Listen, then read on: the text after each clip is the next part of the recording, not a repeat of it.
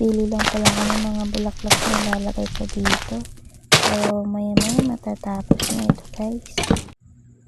Ngayon lang pala ako nag-voice over, no? Pero, I don't know if I like it or not.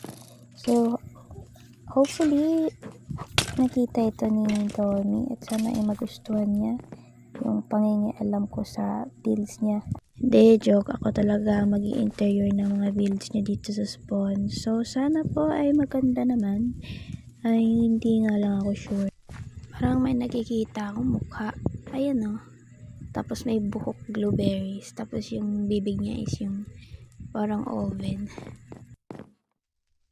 At ito na nga guys. Tapos na nga itong ini-interior nating builds ni Domi. So, anong sa palagay niyo? Maganda ba? Or hindi maganda na yan?